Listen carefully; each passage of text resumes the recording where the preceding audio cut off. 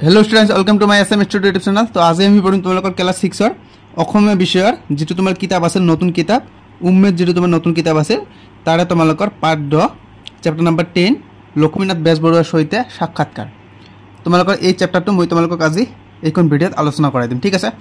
যিবোৰ তোমালোকৰ ইয়াতে কোশ্চেন আছে, পাৰ্ট ভিত্তিক কোশ্চেন আছে, তোমালোকৰ এমসিকিউ কোশ্চেন দুটা মান আছে আৰু পিছত তোমালোকৰ বৰ্ড কোশ্চেন আছে। এই সকলোবোৰ কোশ্চেন মই তোমালোকক আলোচনা কৰি দিম, ঠিক আছে। তো তোমালোকে যদি এতিয়ালৈকে চেনেলটো সাবস্ক্ৰাইব কৰা নাই তেনেহলে সাবস্ক্ৰাইব কৰি ল'বা আৰু ভিডিঅ'টিত এটা লাইক কৰি দিবা, ঠিক আছে। তো তোমালোকৰ ইয়াতে প্ৰথম এটা কোশ্চেন হ'ব পাৰে, এডিশনাল কোশ্চেন হিচাপে তোমালোকে এইটো ৰাখি দিবা। ইয়াতে তোমালোকক কৈছে যে লক্ষ্মীনাথ বেজবৰুৱাৰ সৈতে সাক্ষাৎকাৰ। তো তোমালোকৰ ইয়াতে কোশ্চেন হ'ব যে লক্ষ্মীনাথ বেজবৰুৱাৰ সৈতে কাৰ সাক্ষাৎকাৰৰ কথা কৈছে। তো তোমালোকৰ উত্তৰ হ'ব ইয়াতে দি আছে নৰেন বৰদলৈ, এইটো লিখিলে তোমালোকৰ উত্তৰ হৈ যাব, ঠিক আছে।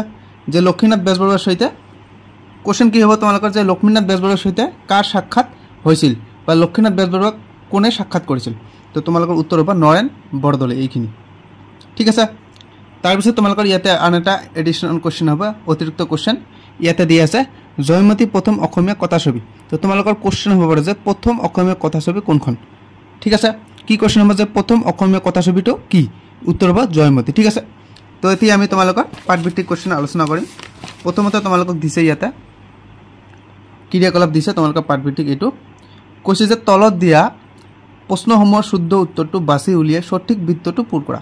তো আমি কোশ্চেনটো পঢ়িম, প্ৰশ্নটো আমি পঢ়িম। ইয়াতে তোমালোকক কৈছে জয়মতী কথাছবিখনৰ প্ৰথম দৰ্শনীৰ উদ্বোধন কোন ঠাইত কৰা হৈছিল। Most important question. তোমালোকক অপশ্যন নম্বৰ ক দিছে শদিয়াত, অপশ্যন নম্বৰ খ দিছে কলিকতাত, অপশ্যন নম্বৰ গ দিছে সম্বলপুৰত আৰু অপশ্যন নম্বৰ ঘ দিছে তোমালোকৰ জয়সাগৰত। তো তোমালোকৰ উত্তৰ হ'ব ইয়াতে অপশ্যন নম্বৰ খ কলিকতাত, ঠিক আছে এইটো। তো তোমালোকে অপশ্যন নম্বৰ খ যেটো বৃত্ত আছিল এইটো তোমালোকে সম্পূৰ্ণ কৰি ল'ব, ঠিক আছে। তেন্তেহে তোমালোকৰ উত্তৰটো সম্পূৰ্ণ হ'ব। তাৰপিছত তোমালোকক খ নম্বৰ কোশ্চেন দিছে কি, 2 নম্বৰ কোশ্চেন, সৰি তোমালোকক এইটো কোশ্চেন তোমালোকৰ কি দিছে আমি পঢ়িম। ইয়াতে তোমালোকক কৈছে যে জয়মতী কথাছবিখনৰ ডালিমী চৰিত্ৰৰ ভাও বেজবৰুৱাৰ কিয় ভাল লাগিছিল। তো তোমালোকৰ অপশ্যন নম্বৰ ক দি আছে ইয়াতে যে ডালিমী এটি কালপযোগী চৰিত্ৰ হোৱাৰ বাবে। তাৰপিছত অপশ্যন নম্বৰ খ দিছে ডালিমী এটি ঐতিহাসিক চৰিত্ৰ হোৱাৰ বাবে আৰু অপশ্যন নম্বৰ গ দিছে ডালিমী চৰিত্ৰটি বেজবৰুৱাৰ মানস প্ৰতিমা হোৱাৰ বাবে। তাৰপিছত তোমালোকক ঘ নম্বৰ দিছে যে ডালিমী চৰিত্ৰটি সৰল চঞ্চল প্ৰকৃতিৰ হোৱাৰ বাবে।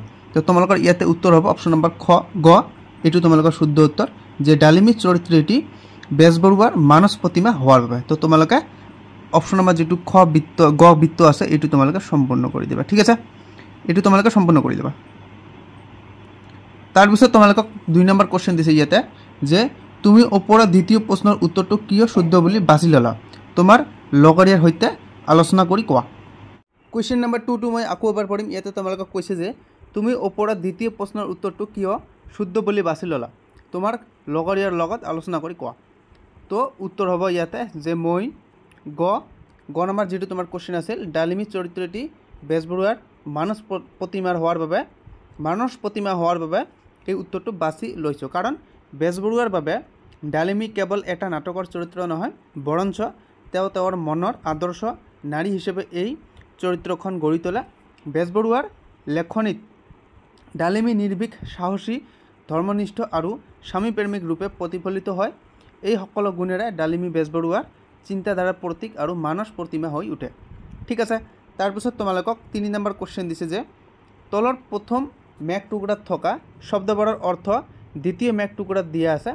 শব্দবোৰৰ অৰ্থ বাছি উলিয়াই লিখা, প্ৰয়োজন হ'লে অভিধানৰ সহায় ল'বা। তো তোমালোকে অভিধানৰ সহায় ল'ব নালাগে, মই তোমালোকক উত্তৰখিনি কৈ দিছোঁ। তোমালোকে ইয়াতে চাই লওক কৈছে যে শব্দ সঠিক অৰ্থ হেঁপাহ দি আছে, হাবিয়াস হ'ব, সাৰ্থক সফল হ'ব, শাইলাক হ'ব, সদৃশ, প্ৰতিমা মূৰ্তি হ'ব, ত্ৰুটি দি আছে এইটো দোষ হ'ব, অনুপ্ৰাণিত হ'ব তোমালোকৰ উৎসাহিত। তাৰপিছত তোমালোকক সদৃশ দি আছে এইটো হ'ব তোমালোকৰ গৰুৰ পক্ষী, ঠিক আছে। তো তোমালোকে এতিয়া কোশ্চেন নম্বৰ 4টো উলিয়াই লয়। ইয়াতে তোমালোকে কৈছে যে তলত দিয়া প্ৰশ্নকেইটাৰ উত্তৰ কোৱা আৰু লিখা। তো তোমালোকক ক নম্বৰ কোশ্চেন দিছে যে প্ৰথম অসমীয়া কথাছবিখনৰ নাম কি। তো মই তোমালোকক এইটো এডিশনাল কোশ্চেন হিচাপে আলোচনা কৰাই দিছোঁ। উত্তৰ হ'ব তোমালোকৰ প্ৰথম অসমীয়া কথাছবিখনৰ নাম জয়মতী, ঠিক আছে। তাৰপিছত তোমালোকে খ নম্বৰ কোশ্চেন দি আছে যে জয়মতী কথাছবিখনৰ কিমান চনত বা কিমান খ্ৰীষ্টাব্দত মুক্তি লাভ কৰে। তো উত্তৰ দি আছে যে জয়মতী কথাছবিখন 1935 খ্ৰীষ্টাব্দত মুক্তি লাভ কৰিছিল, ঠিক আছে। তাৰ পিছত তোমালোকক গ নম্বৰ কোশ্চেন দিছে ইয়াতে জয়মতী কথা ছবিখন কোনে নিৰ্মাণ কৰছিল? মোস্ট ইম্পৰ্টেন্ট কোশ্চেন, উত্তৰ দিয়েছে যে জয়মতী কথা ছবিখন জ্যোতিপ্ৰসাদ আগৰৱালাই নিৰ্মাণ কৰিছিল। ঠিক আছে, তাৰপিছত তোমালোকক ঘ নম্বৰ কোশ্চেন দিছে ইয়াতে যে বেজবৰুৱাই জয়মতী কথা ছবিখন উদ্বোধন কৰিবলৈ কোন ঠাইৰ পৰা আহিছিল? মোস্ট ইম্পৰ্টেণ্ট কোশ্চেন, উত্তৰ দি আছে যে বেজবৰুৱাই জয়মতী কথা ছবিখন উদ্বোধন কৰিবলৈ সম্বলপুৰৰ পৰা আহিছিল। ঠিক আছে, তাৰপিছত তোমালোকক নম্বৰ কোশ্চেন দিছে যে ইয়াতে বেজবৰুৱাৰ কোনখন নাটকৰ আধাৰত জয়মতী কথা ছবিখন নিৰ্মাণ কৰা হৈছিল? মোস্ট ইম্পৰ্টেণ্ট কোশ্চেন, উত্তৰ দি আছে যে বেজবৰুৱাই জয়মতী কুঁৱৰী নাটকৰ আধাৰত জয়মতী কথা ছবিখন নিৰ্মাণ কৰা হৈছিল। ঠিক আছে, তো তোমালোকে যদি এতিয়ালৈকে ভিডিঅ'টোত লাইক কৰা নাই, লাইক কৰি দিয়া আৰু চেনেলটো ছাবস্ক্ৰাইব কৰি দিয়া। ঠিক আছে, তাৰপিছত তোমালোকে 5 নম্বৰ কোশ্চেন দিছে যে তলত দিয়া প্ৰশ্নকেইটাৰ উত্তৰ আলোচনা কৰি কোৱা আৰু লিখা।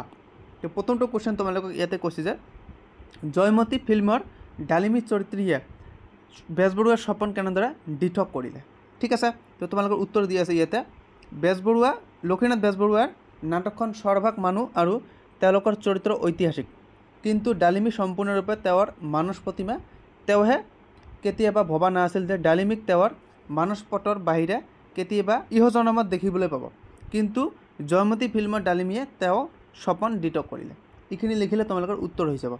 তাৰপিছত তোমালোকক নম্বৰ কোশ্চেন দিছে যে অসমৰ ফিল্ম ইণ্ডাষ্ট্ৰি সম্পৰ্কে বেজবৰুৱাৰ মত কেনেধৰণৰ আছিল? তো উত্তৰ তোমালোকক দি আছে যে পৃথিৱীৰ আন দেশবোৰত যেনেদৰে ফিল্মৰ নিৰ্দিষ্ট এক প্ৰভাৱ থাকে, অসমতো কম বেছি সেয়াই দেখা যায়। ৰেল, বিজুলী, ডাক, আকাশী বিমান আদিকে আমাৰ সমাজে গ্ৰহণ কৰিছে আৰু এইবোৰ আগলৈয়ে থাকিব। তেনেদৰে ফিল্মৰ সমাজত এক আৱশ্যম্ভাৱী উপাদান হিচাপে স্থায়ী হৈ পৰিছে। আকাশী বিমান যদি কেৱল ওপৰৰ পৰা বোমা পেলাতহে ব্যৱহাৰ কৰা হয়, তেনেহ'লে তাৰ ফলাফল হ'ব পাৰে ভয়ংকৰ। একেদৰে ফিল্ম যদি সহজ বা গঠনমূলক উদ্দেশ্যৰ বাবে ব্যৱহাৰ কৰা হয়, তেনেহ'লে তাৰ ফলাফল হ'ব ভাল, কিন্তু যদি অসহজ বা অপকাৰী উদ্দেশ্যৰে ব্যৱহাৰ কৰা হয়, তেন্তে তাৰ ফল হ'ব বিপৰ্যয়। ঠিক আছে, তাৰপিছত তোমালোকক নম্বৰ কোশ্চেন দিছে যে বেজবৰুৱাই কি কাৰণত জয়মতী কথা ছবিখন সফল হৈছে বুলি উল্লেখ কৰিছে?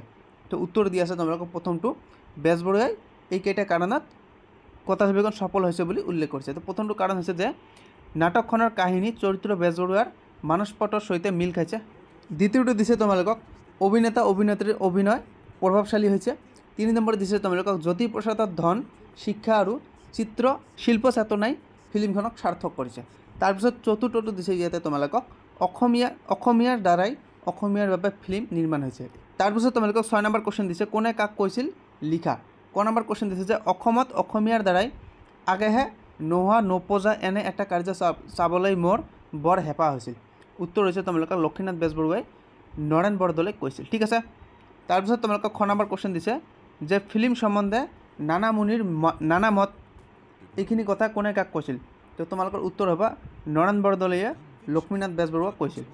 ঠিক আছে, তাৰপিছত তোমালোকক নম্বৰ কোশ্চেন দিছে যে এই বুঢ়াৰ এই আশা পূৰ্ণ হ'ব নে নহয় ঈশ্বৰে জানে। তো উত্তৰ হ'ব তোমালোকক লক্ষ্মীনাথ বেজবৰুৱাই নিজকে কৈছিল।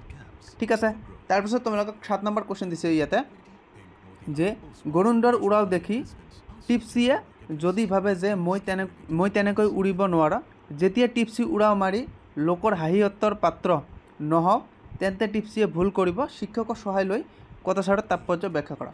তো তোমালোকৰ উত্তৰ ইয়াতে ভালদৰে দি আছে, শিক্ষকৰ সহায় ল'ব নালাগে, এইখিনিয়ে তোমালোকৰ উত্তৰ। কৈছে যে এই উত্তৰ দ্বাৰা লক্ষ্মীনাথ বেজবৰুৱাই কৈছে যে প্ৰত্যেক মানুহৰ নিজৰ ক্ষমতা, আগ্ৰহ আৰু সীমাবদ্ধতা থাকে, সেইকাৰণে নিজকে আনৰ লগত তুলনা নকৰাকৈ নিজৰ গুণ আৰু সীমাবদ্ধতাৰ ভিতৰত কাম কৰি আগবাঢ়ি যোৱা উচিত। আনৰ গুণ বা সফলতাৰ লগত নিজৰ তুলনা কৰাটো উচিত নহয়, তুলনাই মনোবল কমায়, কিন্তু যদি আপুনি নিজৰ আগৰ অৱস্থাৰ লগত নিজক তুলনা কৰে, তেন্তে আপুনি সঁচাকৈয়ে উন্নত কৰিব পাৰে। সেয়েহে নিজৰ কামত মন দি আগবঢ়াটো সেই যুক্তিসংগত আৰু শান্তিৰ পথ। ঠিক আছে, তাৰপিছত তোমালোকক 8 নম্বৰ কোশ্চেন ইয়াতে দিছে যে সাক্ষাৎকাৰটোৰ কোনখিনি কথা তোমাৰ ভাল লাগিছে আৰু কিয় ভাল লাগিছে দলত আলোচনা কৰা।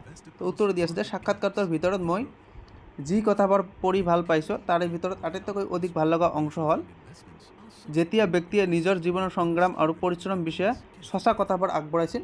সেই অংশত তেওঁ কৈছিল যে কোনো কাম আৰম্ভ কৰোঁতে বাধাসমূহ থাকে, কিন্তু মনোবল আৰু নিষ্ঠা থাকিলে সেই বাধাবোৰ পাৰ হৈ সফলতা লাভ কৰিব পাৰি।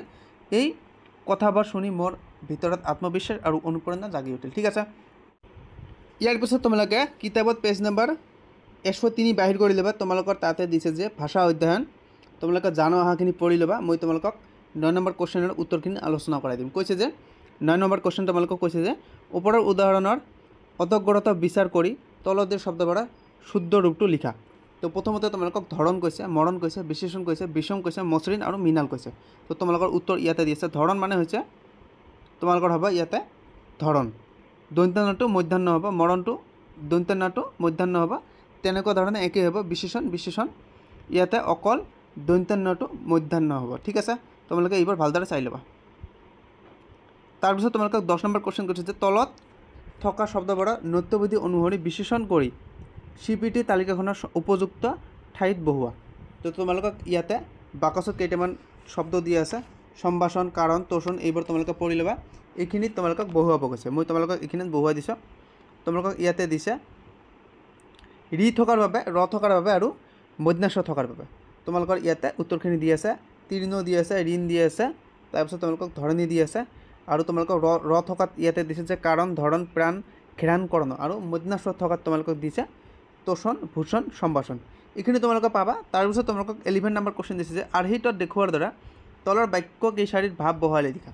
তোমালোকক এটা আৰ্হি দিছে, তোমালোকে এইটো পঢ়ি ল'বা, ভালদৰে পঢ়ি ল'বা। এই আৰ্হিটো ইম্পৰ্টেণ্ট হয়, আৰু মই তোমালোকক ক নম্বৰ আৰু খ নম্বৰৰ উত্তৰখিনি আলোচনা কৰাই দিম। ক নম্বৰত কৈছে যে সচ কাৰ্যৰ সচ ফল, অসচ কাৰ্যৰ অসচ ফল।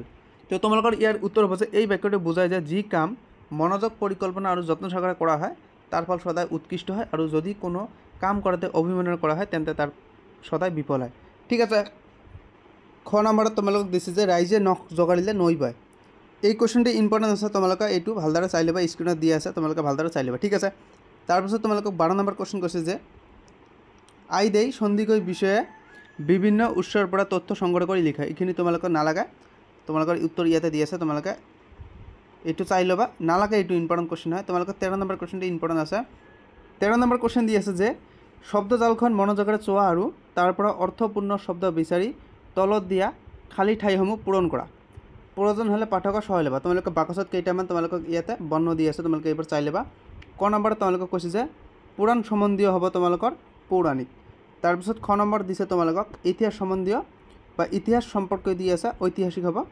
তাৰপিছত গ নম্বৰ দিছে যে গুৰুৱে আশীৰ্বাদ কৰি দিয়া ফুল, এইটো হ'ব তোমালোকৰ নিৰ্মালী। তাৰপিছত তোমালোকক ঘ নম্বৰ কুৱেশ্যন দিছে যে 100 বছৰ বিয়পাকাল, শতাব্দী, আৰু নম্বৰ দিছে তোমালোকক বহু দূৰ যি দুৰ্নিময়। ঠিক আছে, তো ভিডিঅ' আমাৰ আজিৰ এইখিনিয়ে। যদি ভিডিঅ'টো ভাল লাগে তেনেহ'লে চেনেলটো ছাবস্ক্ৰাইব কৰিব আৰু ভিডিঅ'টোত এটা লাইক কৰি দিব।